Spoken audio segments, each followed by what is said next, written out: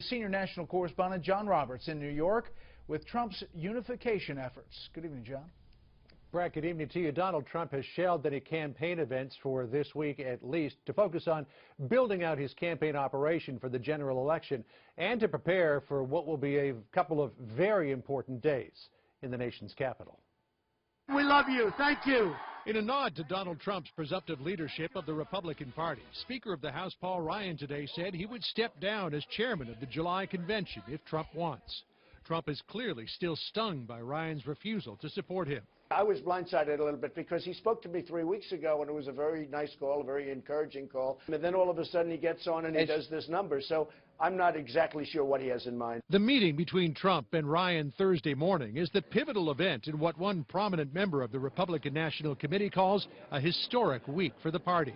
There are three different possibilities. One is they walk out and they've decided that they can figure out a way to work together. One is they walk out and they figure out that they can't work together, but they're not going to work against each other.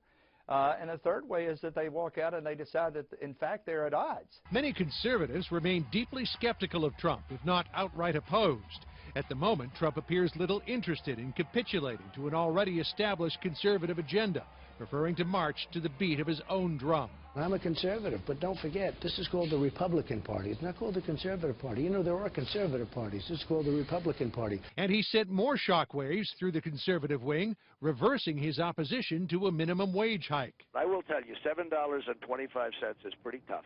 And as far as I'm concerned, I could see something happening there. But I would leave it to the states. But it was his meandering, contradictory position on taxes that really caught everyone's ear. Do you want taxes on the wealthy to go up or down? They will go up a little bit, and they may go up, you know. But they're going down in your plan. No, in my plan they're going down, but by the time it's negotiated, they'll go up. Trump later explained taxes may go up from what he proposes to Congress should he become president, but he also added this.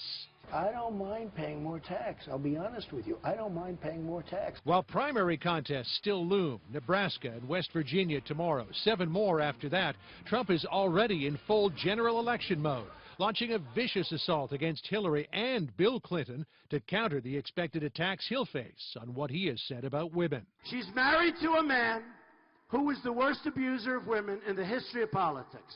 And Hillary was an enabler. And she treated these women horribly. Just remember this.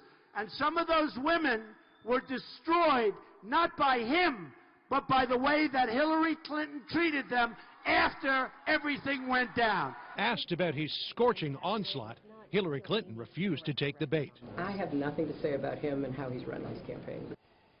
Looking ahead to Thursday's meeting, Speaker Paul Ryan may or may not decide to support Donald Trump, but he is firm on one thing, warning that a third-party bid to derail Donald Trump in the general election would meet with nothing but disaster for the Republican Party. Brett? John, thank you.